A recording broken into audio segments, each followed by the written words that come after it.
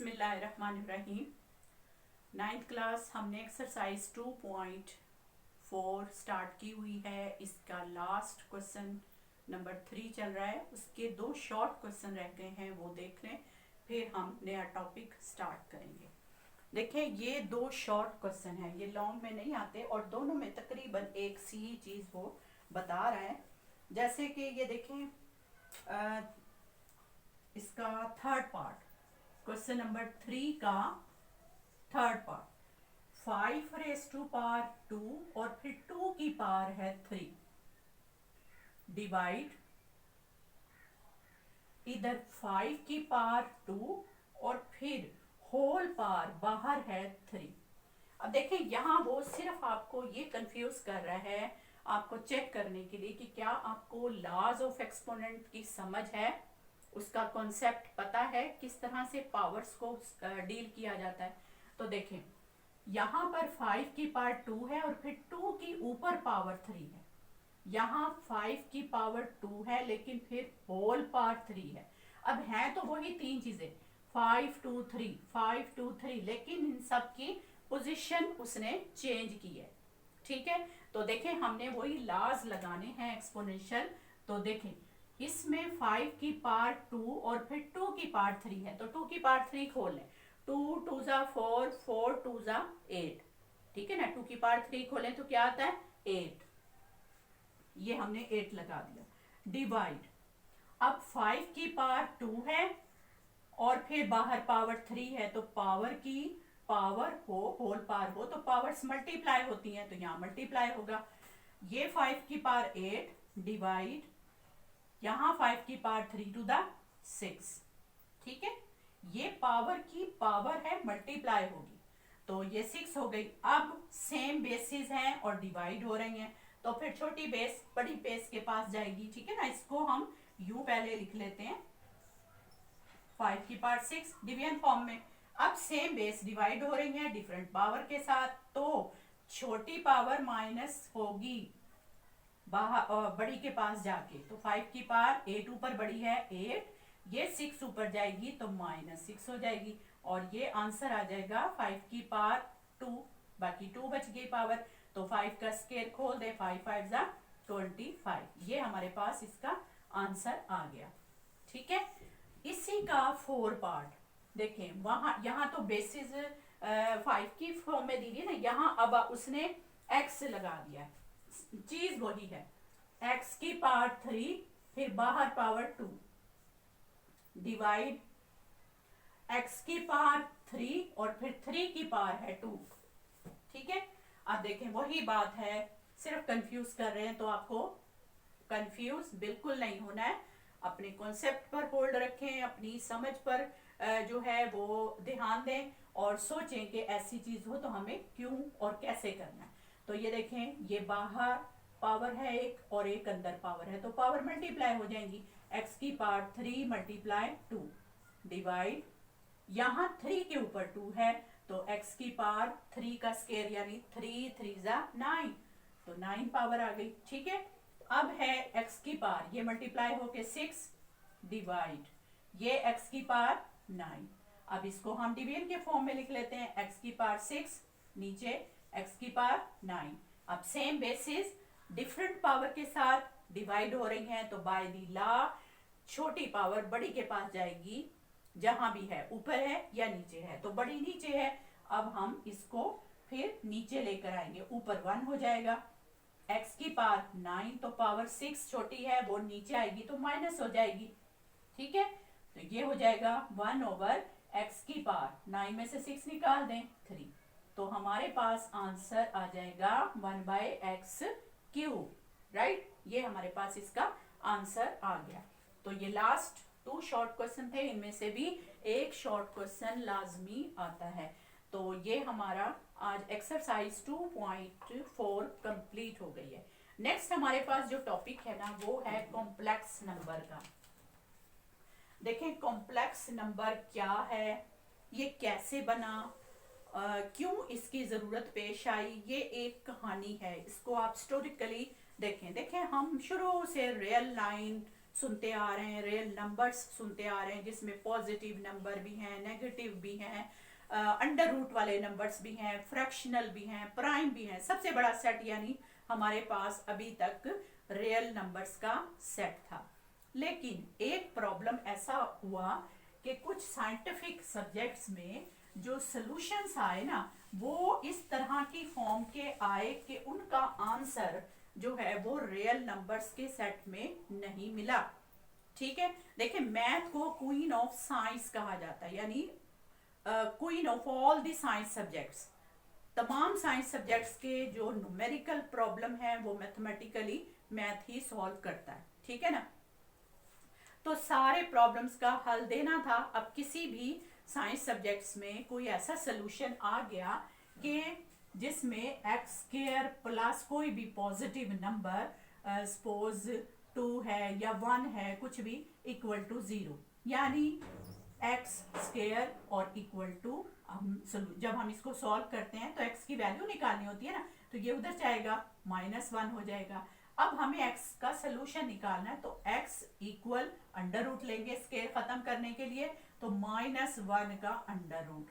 अब देखें ये सोल्यूशन आया प्लस और माइनस की फॉर्म में। जाहिर है जब हम स्क्वायर खत्म करते हैं तो प्लस और माइनस लगाते हैं, तो ये वैल्यू यानी नेगेटिव नंबर का अंडर रूट ये रियल लाइन पर नहीं था, क्योंकि हमने तो रियल लाइन में ये पढ़ा हुआ है ना कि all the square of all the real number is always positive.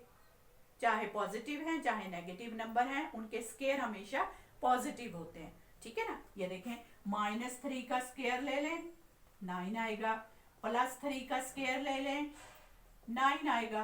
तो नेगेटिव नंबर हो चाहे पॉजिटिव नंबर हो, उनके स्क्वायर्स हमेशा पॉजिटिव आते हैं। लेकिन यहाँ पर तो देखें हमने जब ये स्क्वायर लिया तो ये तो माइनस में आ रहा है, और स्क्वायर खत्म किया तो ये -1 का अंडर रूट आ रहा है। तो ये नेगेटिव वैल्यू का अंडर रूट आप कैलकुलेटर से निकालें तो वो नहीं निकल सकता, वो एरर देता है। कंप्यूटर पे भी आपको इसकी वैल्यू नहीं मिलेगी। तो फिर इसका सोल्यूशन कहाँ ढूंढा जाए, ये एक बहुत ही बड़ा मसला पैदा हुआ। तो फिर एक मैथमेटिशियन था जिसको आप अपनी बुक्स पे देखें, बुक खोल लें पेज 47, इसमें एक पेज बना हुआ है नोट के साथ, वहां पे एक इंस्ट्रूमेंट, आपको एक इंटरेस्टिंग जो चीज बताई गई है कि एक मैथमेटिशियन, स्विस मैथमेटिशियन था जिसका नाम था लियोनार्ड आयलर। उसने ये प्रॉब्लम सॉल्व किया और उसने कहा कि क्यों परेशान होते हैं, सिर्फ एक ये -1 अंडर रूट की वजह से कोई भी मसला हल नहीं हो रहा, क्योंकि इस तरह की वैल्यूज आने लग गई थी। तो फिर हम क्या करते हैं, इस -1 के अंडर रूट की जगह पे एक सिंबल लगा देते हैं जिसको कहा आयोटा, आईओटा। ठीक है, इसका नाम क्या रखा, आईओटा। ये एक लैटिन वर्ड था, तो उन्होंने एक सिंबल लगा दिया जी, ये इसका निशान है, ये इसकी निशानी है। जहां कहीं भी नेगेटिव वैल्यू का अंडर रूट आए ना, उसकी जगह पे आप ये लगा दें। जैसे अगर -3 का अंडर रूट आता है तो हम क्या करेंगे, इसमें से -1 × 3 ऐसे लिख देंगे। ठीक है, अब इसमें -1 का अंडर रूट अलग और 3 का अंडर रूट अलग, इस -1 अंडर रूट की जगह पर आयोटा लिख देंगे और ये 3 अंडर रूट वैसे, ये तो रियल लाइन पे मिल जाता है। ठीक है ना, पॉजिटिव वैल्यूज का अंडर रूट तो है ना रियल लाइन पर, लेकिन ये नेगेटिव -1 यानी नेगेटिविटी जो है ना किसी भी नंबर की, उसको ही अलग कर दिया, उसे सेपरेट कर दिया -1 की सूरत में। तो -1 अंडर रूट की जगह पे आयोटा लगा दिया। ठीक है, और हमारा ये बहुत बड़ा प्रॉब्लम जो है सॉल्व हो गया। देखें ये उसका एहसान है, ये उसकी बहुत बड़ी इन्वेंशन है कि उसने इस तरह की चीज को इजीली हमें मेथड दे दिया कि हम कैसे सॉल्व कर सकते हैं, वरना हम तो कहीं पर भी इसकी वैल्यू नहीं लिख सकते थे, इसकी आंसर कोई भी इस तरह का प्रॉब्लम आ जाता तो हम तो सॉल्व ही नहीं कर सकते थे। तो इस तरह सिर्फ एक ये आयोटा की वजह से, ये -1 का अंडर रूट, इसकी वजह से हमें एक और सेट फिर मिल गया जिसको कॉम्प्लेक्स नंबर का सेट कहा गया। ठीक है, तो उसमें जो है वो तमाम वैल्यूज हैं जो रियल लाइन वाली वैल्यूज भी हैं और वो सारी वैल्यूज जिसमें नेगेटिव का अंडर रूट हो। तो इसकी फिर एक शेप जो है वो खास बन गई, यानी ऐसा नंबर, उसको एक खास नाम दिया, जैसे हम रियल नंबर्स को ए बी सी डी कह देते हैं ना, तो अब उसको नाम दिया गया जेड, कि जेड एक ऐसा कॉम्प्लेक्स नंबर है जिसकी शेप इस तरह की है, ए प्लस बी आयोटा या आयोटा बी। अब उसमें ए और बी ये सब रियल नंबर्स हैं, ठीक है, रियल लाइन पर हैं। सिर्फ ये आयोटा जो है ना वो फिक्स कर दिया कि उसकी वैल्यू -1 अंडर रूट है। अब कॉम्प्लेक्स नंबर की शेप हमें ये याद रखनी है, ठीक है, ए प्लस आयोटा बी, ये इसकी स्टैंडर्ड फॉर्म है कॉम्प्लेक्स नंबर की। यहाँ पर देखें प्लस है, यानी दोनों ही पॉजिटिव हैं। अगर इनकी नेगेटिविटी है तो वो इनकी अपनी वैल्यूज की है, क्योंकि ये रियल लाइन में है। तो रियल लाइन में तो पॉजिटिव नंबर भी होते हैं, नेगेटिव नंबर भी होते हैं, लेकिन कॉम्प्लेक्स नंबर की फॉर्म में ए प्लस आयोटा बी है, ये इसकी स्टैंडर्ड फॉर्म है कॉम्प्लेक्स नंबर की, ठीक है। तो ये थी इसकी हिस्ट्री, इसकी मेंशंस की स्टोरी कि कैसे कॉम्प्लेक्स नंबर का सेट जो है वो इजाद हुआ और क्यों इजाद करना पड़ा, क्यों बनाना पड़ा, ठीक है। और अब आपको सिर्फ क्या याद रखना है इसमें से कि ये किसने बनाया था कॉम्प्लेक्स नंबर, फर्स्ट टाइम जो है किसने इंट्रोड्यूस करवाया था। ये एक मैथमेटिशियन था, लियोनार्ड आइलर, राइट। ये आपकी पेज 47 पर इसका नाम हेडलाइंस में लिखा हुआ है।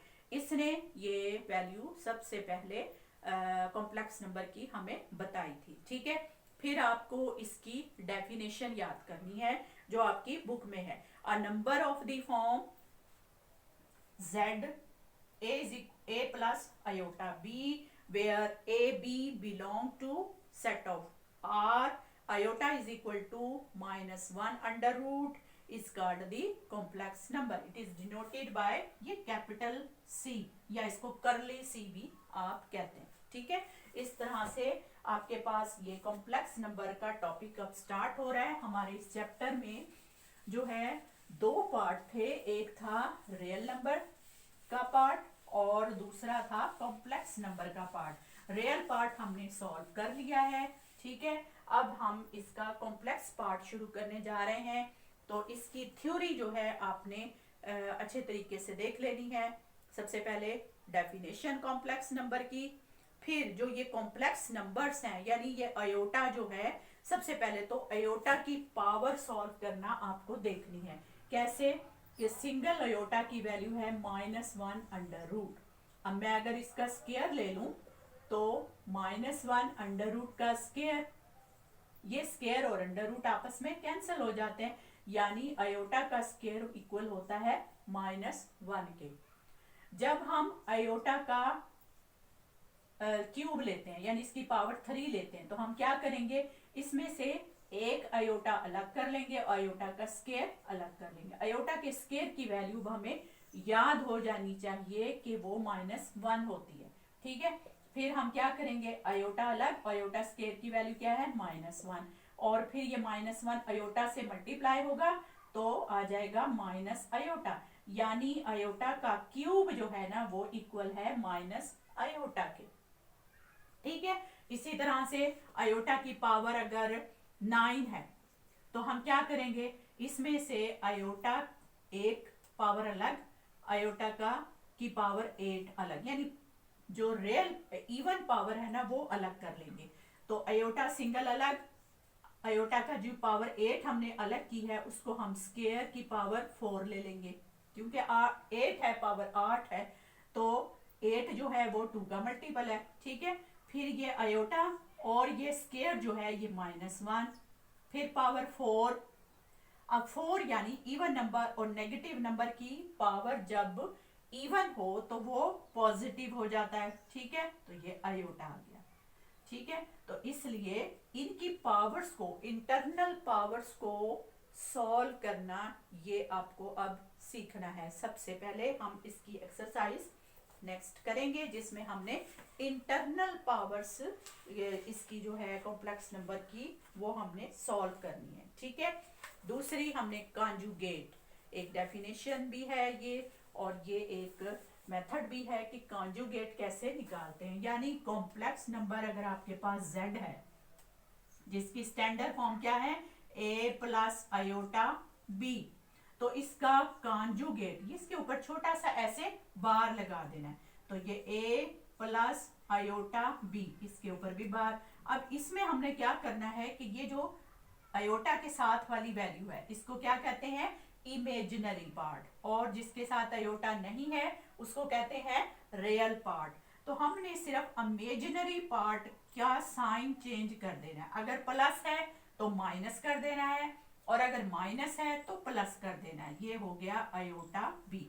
बस इतना सा काम हमने कॉन्जुगेट में करना है, ठीक है। गलती से भी रियल पार्ट का साइन ना चेंज करें, जिसके साथ आयोटा है उसका साइन चेंज करना है इमेजिनरी पार्ट का, राइट। हमारे पास कॉम्प्लेक्स नंबर के दो पार्ट हैं, एक ये और एक ये, इसको क्या कहते हैं रियल पार्ट, ठीक है, रियल पार्ट ऑफ z। इसको क्या कहते हैं इमेजिनरी पार्ट ऑफ z, जिसके साथ आयोटा है उसको कहते हैं इमेजिनरी पार्ट ऑफ z, और इसको कहते हैं रियल पार्ट ऑफ z। ये कॉम्प्लेक्स नंबर की स्टैंडर्ड फॉर्म है a प्लस आयोटा b, और कॉन्जुगेट में हम सिर्फ इमेजिनरी पार्ट का साइन चेंज करते हैं, ठीक है। ये कुछ इंपॉर्टेंट चीजें थी जो मैंने आपको बताई। नेक्स्ट जो है हमारे पास वो है कि कब दो कॉम्प्लेक्स नंबर इक्वल होते हैं। जैसे हमने देखा था ना कि दो जो हैं मैट्रिसेस कब इक्वल होती हैं, फर्स्ट चैप्टर में हमने देखा था कि दो मैट्रिसेस कब इक्वल होती हैं। सेट्स में भी हम देखते हैं कि कब दो सेट्स इक्वल होते हैं। तो अब कॉम्प्लेक्स नंबर में हमने देखना है कि दो कॉम्प्लेक्स नंबर, अगर मैं एक को z1 कह दूं, एक को z2 कह दूं, z1 की value a1 plus iota b1, ये मैंने इंडेक्सिंग की सिर्फ इनको अलग अलग दिखाने के लिए, ठीक है। ये है a2 प्लस आयोटा b2। अब अगर ये z1 इक्वल है z2 के, तो कब इक्वल है इफ इसका रियल पार्ट के इक्वल हो, यानी a1 इक्वल हो a2 के, इसका इमेजिनरी पार्ट इमेजिनरी के इक्वल हो, यानी b1 इक्वल हो b2 के, तब ही ये दो कॉम्प्लेक्स नंबर इक्वल हो सकते हैं, पूरी तरह इक्वल हो, साइन भी उनकी वैल्यू भी सब कुछ इक्वल हो, तब हम कह सकते हैं कि ये दो कॉम्प्लेक्स नंबर जो हैं वो इक्वल हैं, अदरवाइज पॉसिबल नहीं है, ठीक है। इक्वालिटी, ये शॉर्ट क्वेश्चन आ सकता है कि when two imaginary numbers when two complex numbers are equal, ये शॉर्ट क्वेश्चन में आपसे पूछा जा सकता है, ठीक है। कॉन्जुगेट हो गया। बस अब है हमारे पास एक्सरसाइज, ये नेक्स्ट वीडियो में इंशाल्लाह मैं आपको बताऊंगी। अभी आपने इसकी थ्योरी को अच्छे तरीके से बार बार रीड करना है, थ्योरी को ऐसे पढ़ा करें जैसे कोई स्टोरी बुक पढ़ते हैं, ठीक है। टेंशन लेके बर्डन लेके नहीं, बिल्कुल रिलैक्स होके पेंसिल हाथ में लें और इसकी स्टोरी को ऐसे एक एक लाइन के ऊपर फेर के आपने पढ़ना है, और जो भी इम्पोर्टेंट बात आपको लगे कि हाँ ये बात मुझे पहले पता नहीं थी, उसको आप अंडरलाइन कर लें, ताकि आप जब भी उसे देखें आपकी नज़र से वो चीज़ गुजरती रहे, और फिर वो आपको बिल्कुल जो है अच्छी तरह से समझ भी आ जाएगी और याद भी रहेगी, कभी भूलेगी भी नहीं, ठीक है। चलें जी, नेक्स्ट वीडियो के लिए अल्लाह।